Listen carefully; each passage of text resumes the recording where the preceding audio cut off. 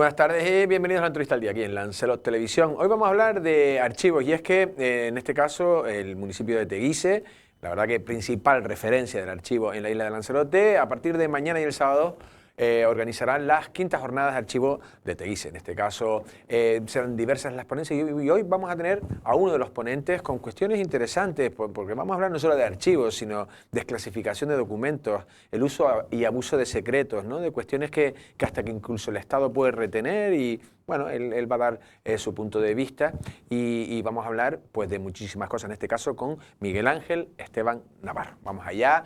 Miguel Ángel, Miguel, ¿qué tal? ¿Cómo estás?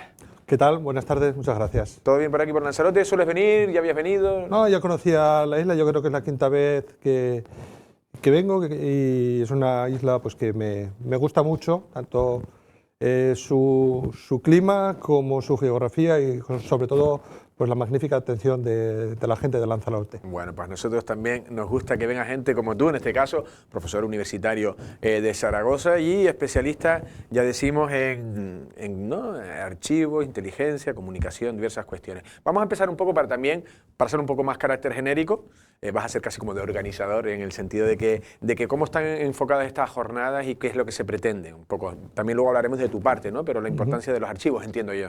Sí. Hombre, estamos en las quintas jornadas de los archivos de Teguise, que es una iniciativa, pues, yo diría que casi inédita en el panorama archivístico nacional, porque lo que hace es proponer un acercamiento al mundo de los archivos de alta divulgación, es decir, para la sociedad en general, generalmente con especialistas de primer nivel que acercan al público, acercan a la sociedad, al mundo de los archivos desde perspectivas que generalmente no se tienen en cuenta, como son pues, la importancia que tienen pues, para la preservación de la memoria, la preservación del patrimonio, pero también para cuestiones del día al día de nuestra sociedad. Por ejemplo, este año pues, están dedicadas al secreto y a la ciberseguridad. Vale, de eso vamos a hablar. Importancia de los archivos, lo estabas diciendo. Por ejemplo, el archivo de Teguise, no sé cuánta gente preparando cátedras o preparando doctorados acuden, y me imagino todos los archivos. ¿Qué papel juegan en la investigación el archivo? Pues es fundamental.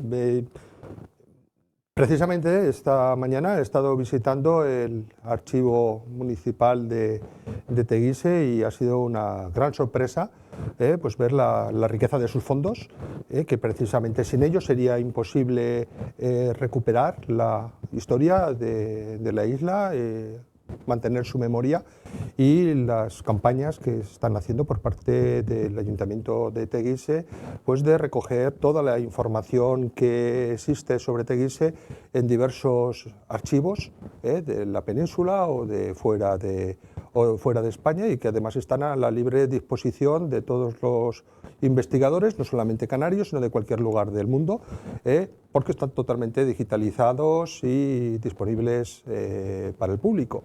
Es decir, yo siempre digo que los archivos no hay que verlos como un gasto, sino que son, por un lado, una inversión necesaria pues, para poder realizar las actividades administrativas diarias, porque además hay obligaciones legales de conservar los documentos como testimonios, pero es que además también es una inversión, porque es una inversión pues, en el mantenimiento de la memoria, en el mantenimiento del patrimonio y, ¿por qué no?, eso también pues, permite mejorar las condiciones económicas de las ciudades que han decidido invertir en archivos, porque son también elementos de atracción pues, de turismo, aunque sea sencillamente por el propio conocimiento de la existencia de esa ciudad con una rica historia. La verdad que sí, ¿no? Y es verdad como cuántos hay manuscritos o ya valiosos, eso forma parte de patrimonios nacionales. Vamos un poco a la ponencia tuya. En este caso, ¿cuándo va a ser? Porque yo creo que es interesante. Usos y abusos del secreto. ¿Cuándo va a ser y un poco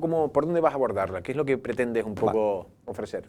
Mi conferencia es mañana viernes, es la conferencia inaugural a las 11:15 de la mañana. En el convento. Sí, la entrada La entrada es libre, creo que las jornadas empiezan a las 10 de la mañana. Únicamente hay que hacer una inscripción para recibir un enlace, porque se pueden ver a través de internet si no se está presencialmente en la isla. Está toda la información volcada en el archivo municipal de Teguise, se encuentra toda la información por si alguien se anima pues, a escuchar las ponencias. Mi ponencia, pues, como ponencia inaugural, lo que pretende es hacer un acercamiento transversal al tema del secreto. Es decir, no vamos a desvelar ningún secreto, sino que lo que vamos a ver es reflexionar cómo el Estado utiliza el secreto, cómo el Estado necesita el secreto, pues en temas de seguridad nacional, en temas de protección, en temas de vigilancia, pero cómo ese uso necesario del secreto no puede ser utilizado como excusa para evitar el control de la actividad del gobierno, de los ayuntamientos, de cualquier administración o de cualquier poder, sino que precisamente debe de ser sometido a el control de la sociedad, la acción política, a través de los propios documentos que testimonian esa actividad política. Pero ¿cuánto tiempo, o sea, la ley cómo establece en España, cada cuánto tiempo se debería tener la obligación de liberar documentación cada cierto tiempo? Ese es el principal problema que tenemos en España. En España tenemos una ley de secretos oficiales que data de 1968, que tuvo una reforma en 1978 para adaptarle a los elementos que eran anticonstitucionales. Claro. Y nuestra ley de secretos, como tienen todos los países leyes de secretos, establecen que materias tienen que estar sometidas a reserva, a secreto o incluso a alto secreto, que son diversos niveles. ¿Eso qué significa? Que el público en general no puede acceder, tampoco puede acceder los medios de comunicación, tampoco pueden acceder los funcionarios, más que aquellas partes de la administración o del ámbito político que están autorizados para conocer sobre esos asuntos y sobre esas materias.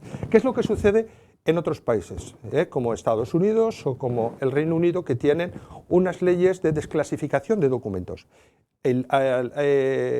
Cuando la administración, cuando la política decide que un documento pasa a ser secreto, a ese acto se le llama clasificar. Por eso hablamos de las necesidades de leyes de desclasificación. Las desclasificaciones en Estados Unidos y en el Reino Unido, porque tienen estas leyes que no tenemos en España, son automáticas. Es decir, transcurrido 15 años, 25 años, 30 años, 12 años, lo que queramos establecer, esos documentos pasan a estar a libre disposición del público, salvo si no hay una medida expresa que exija de manera justificada que se prolongue seguridad nacional o exactamente, algo. Que se prolongue el tiempo del secreto. Pero, por ejemplo. Entonces, aquí en España el problema que tenemos es que no existe esa ley de desclasificación. No hay tiempo. Entonces, siempre estamos sometidos a realizar la petición, un periodista, un investigador, un público en general, quiere acceder a un archivo público, no tiene ni siquiera que motivar por qué accede a esa documentación que es pública y que está inventariada y que está organizada. En el caso del secreto, ni siquiera sabemos qué es lo que está secreto, porque el propio inventario de los documentos también le afecta el secreto. Sí, que tú no tienes exactamente, no tienes una relación. Un índice, por decirlo. Tienes que pedir a la autoridad competente, la productora de esa documentación, tienes que pedir el acceso a esos documentos y entonces decide si permite el acceso completo, parcial o en según qué condiciones o no lo permite. Generalmente no lo permite. Pero por ejemplo, porque no hay una obligación expresa. Ya, pero por ejemplo, Estados Unidos luego en las películas, ahora tú me dirás, bueno, son películas, lo que sea, pero por ejemplo... No, tenemos buenas películas que cuentan hechos reales, como la investigación del Washington Post sobre la guerra de Vietnam, que dio lugar a la película La última Los papeles del Pentágono, creo que se tituló así en español, en inglés se tituló El Post. De Tom Hanks y Meryl Streep, de Steven Spielberg. Las presiones que recibía la editora y demás. Es yo me refería, vamos a JFK. Sí. JFK siempre se habla al final de que de que si está desclasificado parece que hay una nebulosa, o que también luego, no sé si luego los americanos, porque para unas cosas los americanos es verdad, la libertad de prensa, en unas cosas cuando les ponen, muchas veces desde una determinada izquierda los ponen a los americanos como si fueran casi retrógrados, ¿no? Unos ultracapitalistas, pero luego ellos tienen unas libertades que favorece lo que estás tú diciendo, pero luego a lo mejor no tienen subterfugios también. Sí, pero bueno, en España en 1968, Ley de Secretos Oficiales, en Estados Unidos, creo que en 1967, el Acta de Libertad de Información, la Ley de Libertad de Información, es decir, la ventaja que nos llevan son de años. Evidentemente, claro que existen luego subterfugios, como decidir que hay una documentación que por diversas razones, apelando a la seguridad nacional, con eso es suficiente, todavía no puede estar puesta a disposición del público, pero por lo menos hay una garantía de que debe de explicar por qué razones, y luego además puede haber una tutela judicial efectiva porque se puede recurrir esa decisión administrativa de seguir manteniendo el secreto de esos documentos procedentes pues, de embajadas, de servicios de inteligencia, etcétera. Claro, yo me imagino, ahora estaba pensando aquí, perdona, me están diciendo que si puedes ponerte el cable por dentro para que no roce, no sé si así, póntelo así, a ver si no roza mucho. Vale. Por ejemplo, Palomares. Sí. ¿Qué pasó ahí? A lo mejor aquí, si yo quiero saber más de eso, yo soy periodista, digo, yo quiero saber qué pasó ahí. Yo que tendré que ir al Ministerio porque ahí estoy entendiendo un poco de una nebulosa donde no sabes dónde ir. Me imagino que los americanos y británicos lo tendrán más regulado. Yo que tengo que ir a la entidad donde crea que pueda estar, Ministerio del Interior o cómo se llevaría eso. Exactamente, de hecho hay publicaciones sobre Palomares, sobre la caída de aquellas bombas, de aquellas dos bombas, proyectiles atómicos, sí, proyectiles atomicos en una playa de Almería, para quienes nos están escuchando, el famoso baño de Manuel Fraga como ministro de Información para justificar que las aguas no eran radiactivas. Vivió luego, el hombre vivió años. No sé si le dio eso kriptonita o algo, pero... Vivió décadas. Lo cierto es que todas las investigaciones que se han realizado sobre Palomares son más deudoras de la documentación que han desclasificado el ejército norteamericano. Que con los pilotos, y es verdad. Exactamente, que no en España. Es decir, aquí lo que tendríamos que hacer pues, es ir al ejército, ir también a lo que entonces creo que se llamaba la Junta Nuclear, es decir, el órgano encargado de los temas nucleares, y solicitar la documentación que puedan tener sobre ellos. Si quieren la dan y si quieren no la dan. Porque además porque hay un sistema muy sencillo cuando no hay leyes de desclasificación, decir que no existe. Porque claro, el mejor secreto es el secreto que ni siquiera conoces que existe. Es decir, no, es que aquí no tenemos ese tipo de documentación, es que no se generó esa documentación. Como tampoco tienes unos registros públicos, porque también están sometidos al secreto, están también sometidos al sigilo, no lo puedes comprobar. Dicho esto, también hay que decir que en España ha habido grandes acciones de desclasificación de documentos, por ejemplo, a raíz de toda la ley de la memoria histórica. Eso te iba a hablar. Hubo una desclasificación masiva de la documentación referente a la represión política durante la Guerra Civil y en los años posteriores a la Guerra Civil, que básicamente era documentación militar, porque eran juicios que sucedían en la jurisdicción militar. Y hoy en día pues el Ministerio de Defensa ha hecho, y el Ejército, las Fuerzas Armadas, han hecho un gran esfuerzo pues, para abrir esos archivos, para digitalizar esos archivos y ponerlos a disposición de los investigadores. Pero claro, seguimos dependiendo de que un gobierno determinado, que un titular de un ministerio determinado, dé unas instrucciones determinadas. Claro, estamos hablando de derechos, estamos hablando del derecho a la información, estamos hablando de la libertad de información. Eso no puede estar sometido al albur de tener un titular en un ministerio que decida tener una imagen de más apertura o de menos apertura hacia la sociedad, de rendir más cuentas o de rendir menos cuentas. Pensemos que todavía tenemos documentación secreta sin desclasificar de las actividades, por ejemplo, del ejército español en la guerra de Marruecos. Es decir, que se están hurtando pues, a la investigación histórica. No, y yo estaba pensando ahora, por ejemplo, también no sé si el político no quiere abrir la caja de Pandora, porque, por ejemplo, todo el tema, por ejemplo, ETA, por ejemplo, todo lo que pudo haber, también lo que hubo de terrorismo de Estado, lo que ha podido haber por las otras partes, no sé si a lo mejor pues el gobierno vasco tampoco quiere, no sé si son cosas muy sensibles, porque al final la información es muy sensible y puede ser muy peligrosa.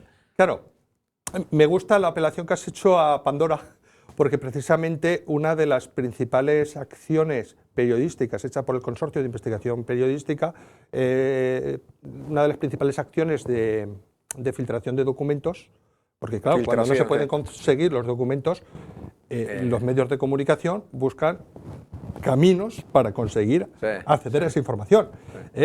Tú como periodista eres consciente y sabes muy bien que la función del periodista es desvelar el secreto. Claro. Si tú no me es decir, lo que es noticia es precisamente, sobre todo en el periodismo de investigación, es contar lo que la ciudadanía no sabe o no conoce. Entonces, precisamente esa filtración masiva, estamos hablando de 2,5 terabytes de información procedente de 14 grandes empresas internacionales que se dedican a generar empresas, lavar dineros, generar empresas en paraísos fiscales. Esa actividad periodística recibió el nombre de los papeles de Pandora y estamos hablando de hace un año. ¿Por qué? Porque abrir precisamente la información es como abrir la caja de los vientos. La caja de los vientos y que salgan los problemas. Entonces allí, claro, entonces empezamos a tener allí ya muchos intereses creados. El problema es por qué yo tengo que aludir a la razón de Estado, por qué yo tengo que aludir a cuestiones referentes con la seguridad nacional para muchas veces tapar intereses del gobierno de turno. Ese es el problema, que nos está impidiendo la fiscalización pública. Claro. Es decir, entonces el Estado tiene como una tendencia natural a preservarse y por tanto una tendencia natural a cerrarse. A opacar ahí. Y a opacar. Sí. La función precisamente de los periodistas, de los medios de comunicación, es otra. La función de los historiadores es otra, respecto al pasado histórico unos y otros respecto al presente.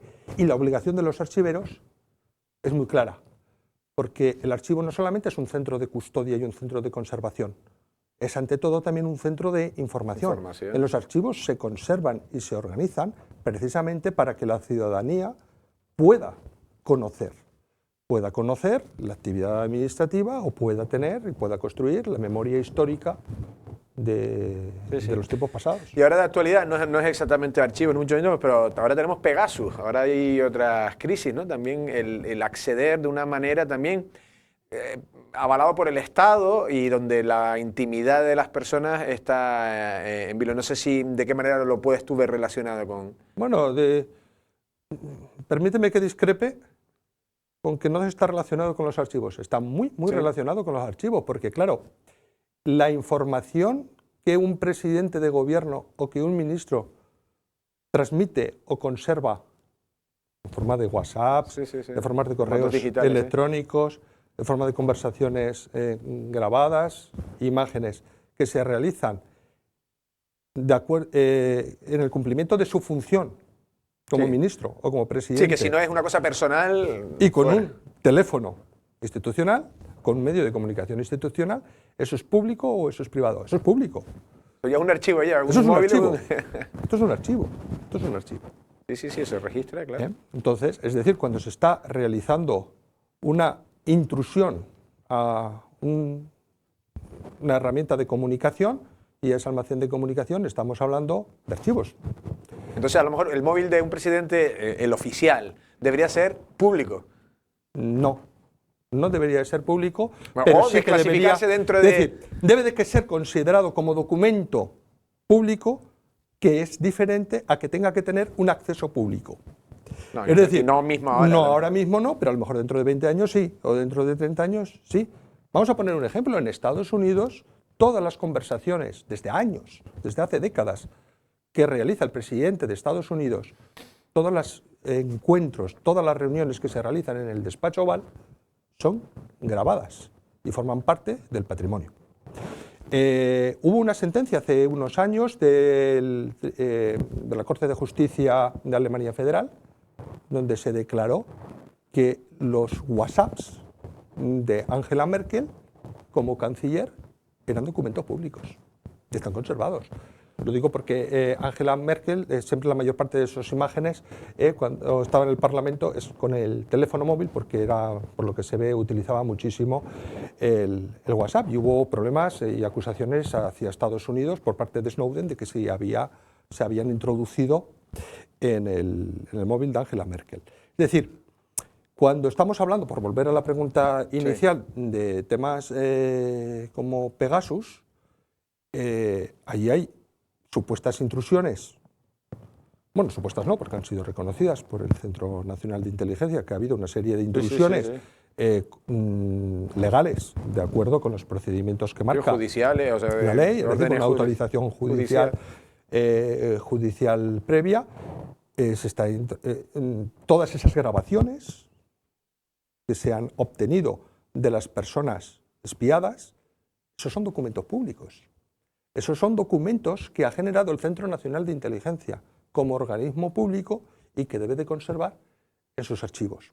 Evidentemente, yo no puedo ir como ciudadano a pedir oír esos archivos. Pero si hubiera una ley de desclasificación, dentro de X años, esos archivos podrían ser desclasificados. Claro. No es, evidentemente pueden ser oídos. Bueno, sí, pueden ser oídos. ¿Por quién? Por el Poder Judicial.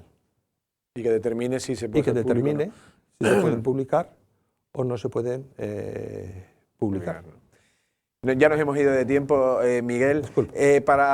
Brevemente, para los que se acaban de incorporar a la entrevista, que sepan que están las jornadas de archivo de Teguise, que empiezan mañana y el sábado. Una invitación, ¿por qué deben ir? ¿Por qué deben acudir? ¿La importancia? Bueno, yo creo que se debe acudir por dos razones. Una, porque se les va a aproximar, van a recibir una aproximación al mundo de los archivos muy diferente y muy variada a lo que habitualmente alguien puede pensar, que es como un cúmulo de papeles, ¿no?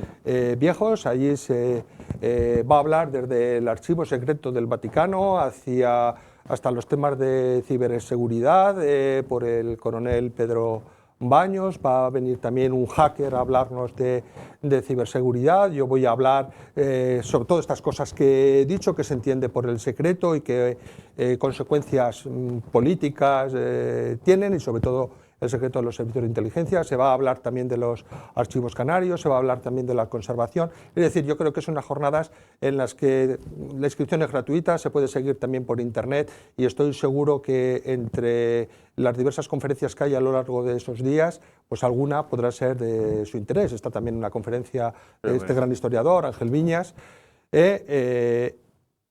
Y la segunda razón por la que yo creo que deben de asistir es porque se van a tratar de temas de actualidad y no desde una perspectiva técnica, lo cual eso es lo que le hace más interesante para el gran público, y yo creo que es un acierto del Ayuntamiento de Teguise mantener estas jornadas, que ya son, como decía al principio, inéditas en el panorama nacional y únicas en el panorama canario. La verdad, completamente de acuerdo. Además, estaba pensando, nosotros llevamos 16 años de historia esta televisión, y yo creo que el verdadero valor que tenemos es el archivo. Son los 16 años de haber guardado lo que ha pasado en esta isla durante estos 16 años. Y yo me imagino que uno se irá un día y alguien vendrá dentro de 500 años a investigar qué pasaba tal, y igual salimos nosotros tú y yo hablando. Claro, como se dice, la maldita hemeroteca o la bendita hemeroteca, según desde la perspectiva que se vea. Hombre, espero que esta entrevista haya dejado de tener actualidad porque tengamos una ley de desclasificación. Lo digo porque, por ejemplo, yo mañana voy a decir algo que ya dije exactamente las mismas palabras hace 12 años clausurando un Congreso Nacional de Inteligencia en Madrid. Sí, pero pueden durar otros 12 años igual. Esperemos que no. Todavía sigue siendo actual tus declaraciones. Miguel, ha sido un verdadero placer. Muchísimas gracias. Venga, muchísimas gracias a ti y a la televisión Lancelot. Gracias. En este caso, las palabras de Miguel Ángel Esteban Navarro, Miguel, que, bueno, ya lo ha dicho, mañana por la mañana le hará esa ponencia, ¿no?, sobre usos y abusos del secreto, pero sobre todo esas jornadas del archivo. Lo que ha dicho no es una cosa ahí de hablar de cómo era el libro y en la época, cuando cayeron los volcanes, y no, estamos hablando de cosas muy variadas, del poder que tiene la información retenida, él en su caso, de la que no se ofrece, pero si no, un archivo es una fuente de información para recurrir. Cómo se hacían las cosas a veces en el pasado, te describe un poco cómo es el presente y te dice cómo va a ser el futuro. Nosotros, sin más, nos despedimos. Pasen una feliz tarde.